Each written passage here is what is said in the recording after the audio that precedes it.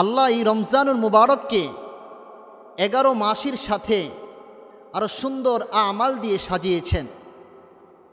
যেমন আল্লাহ এই রমজানকে রহমত, মাগফিরাত, নাজাত দিয়ে সাজিয়েছেন, তারাবি, ইফতারি, সাহরি দিয়ে সাজিয়েছেন। রমজানুল মুবারকে একটা নফল একটা ফরজের সমান, একটা ফরজ 70টা ফরজের সমান, এই বিশেষত্ব দিয়ে রমজানুল মুবারককে আল্লাহ সাজিয়েছেন।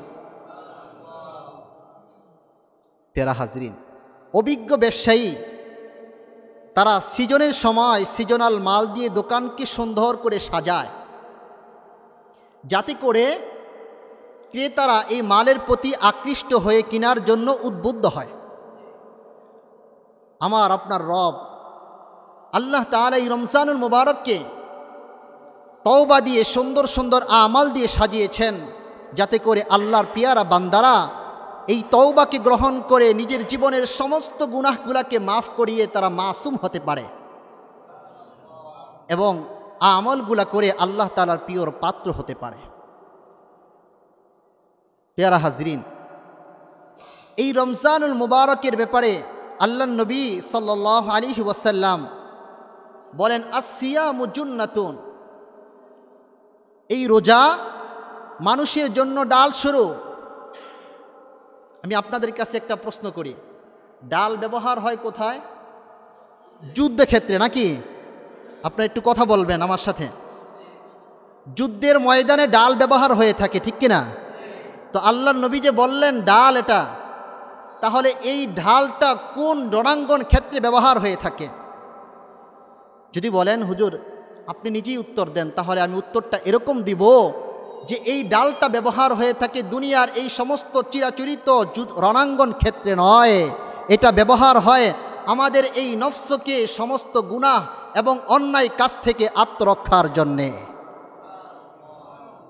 প্যারা হাজরিন, আল্লাহ নবী সাল্লাল্লাহু আলাইহি সাল্লাম এই হাদিসের সামনের অংশে বলছেন, ইদা কানা আহাদুকুম সাইমান, যখন তোমাদের মধ্যকার কোনো ব্যক্তি রোজা রাখবে, তখন তার এই রোজা তাকে ফালা ইয়ারফাস ওয়ালা ইয়াফস ওয়ালা ইয়াজহাল, তাকে বাজে কথায় লিপ্ত করবে না এবং বর্বরতার কাজে তাকে লিপ্ত করবে না। কারণ কি?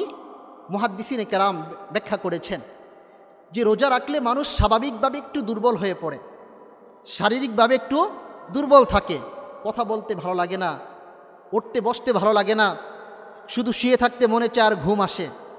তো যখন কথা বলবে না তখন সে বাজে কথা থেকে বিরত থাকবে, যখন তার হাঁটতে মনে চাইবে না তখন গুনাহের কাজে দাবিত হওয়া থেকে বিরত থাকবে, যখন চক্ষু বন্ধ থাকবে তখন নাজায়েজ কাজের দিকে তাকানোর ক্ষেত্রে সে বিরত থাকবে। আল্লাহ নবী সাল্লাল্লাহু আলাইহি সাল্লাম কত সুন্দর দৃষ্টান্ত আমাদের জন্য পেশ করেছেন। তাহলে বুঝা গেল এই রোজা আমাদেরকে খোদাবিরু বানায়, রোজা আমাদেরকে আমাদের দিনের মধ্যে জান্নাতের প্রত্যাশা, আল্লাহর মোহাব্বতের প্রত্যাশা আর জাহান্নামের ভয় তৈরি করে দেয়, ঠিক কিনা? প্যারা হাজিরিন মুহতারাম ভাইয়েরা আমার, এই জন্য রব্বুল আলামিন আমাদেরকে সম্বোধন করে বলছেন, ইয়া আইয়ুহাল্লাযীনা আমানু কুতিবা আলাইকুমুস সিয়ামু কামা কুতিবা আলাল্লাযীনা মিন ক্বাবলিকুম লাআল্লাকুম তাত্তাকুন।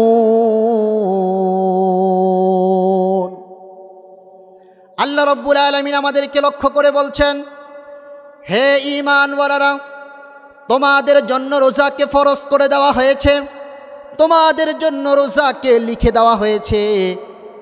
খুব খেয়াল করে শুনবেন, আল্লাহ সম্বোধন করেছেন হে ঈমানওয়ালারা। তাহলে বুঝা গেল ঈমানদার যারা রোজা কখনো ছাড়ে না তারা। বেঈমান যারা, ইয়াহুদি যারা, খ্রিস্টান যারা, হিন্দু যারা, নাস্তিক যারা রোজা রাখে না কখনো তারা,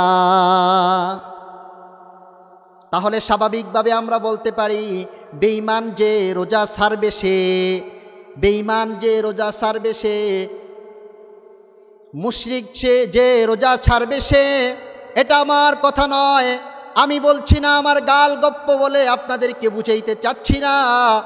রব্বুল আলামিন আমাদেরকে বলছেন সূরা আহজাবের 36 নং আয়াতের মধ্যে, ওয়ামা কানা লিমুমিনিন ওয়ালা মুমিনাতিন ইযা কাদাল্লাহু ওয়া রাসূলুহু আমরান আন ইয়াকুনা লাহুমুল খিয়ারাতু মিন আমরিহিম। আল্লাহু আকবার। আল্লাহ রব্বুল আলামিন বলছেন, আল্লাহ এবং তার রাসূল যখন কোনো বিষয়ে সিদ্ধান্ত দেন, ওটাই চূড়ান্ত সিদ্ধান্ত। আর এই সিদ্ধান্তকে মুমিন নরনারী কখনো ভিন্ন মত প্রকাশ করে না। তার মানে আল্লাহ আদেশ করেছেন তোমরা রোজা রাখো, মুমিন যারা হবে তারা এটাকে পালন করার জন্য আপ্রাণ চেষ্টা করবে। আর বেঈমান যারা, তারা রোজা রাখবে না। রোজা যারা রাখবে না তারা বেঈমান হবে। আল্লাহ বলছেন আমার আদেশ যারা অমান্য করবে তারা গোমরাহ হয়ে যাবে, পথভ্রষ্ট হয়ে যাবে। ওয়ামান ইয়াসিল্লাহা ওয়া রাসূলাহু ফাকাদ দাল্লা দালালাম মুবিনা। নাউযুবিল্লাহ। আল্লাহ রাব্বুল আলামিন বলেন, যেই ব্যক্তি আমার দেওয়া আদেশকে, আমার নবীর আদেশকে যে ব্যক্তি অমান্য করবে, ওই ব্যক্তি স্পষ্ট পথভ্রষ্ট এবং গোমরা হয়ে যাবে। আপনারাই বলেন, আল্লাহ আদেশ করেছেন রোজা রাখতে হবে, এখন যদি আমরা রোজা না রাখি তাহলে কি আমরা সঠিক পথের পথিক হলাম নাকি গোমরা হয়ে গেলাম?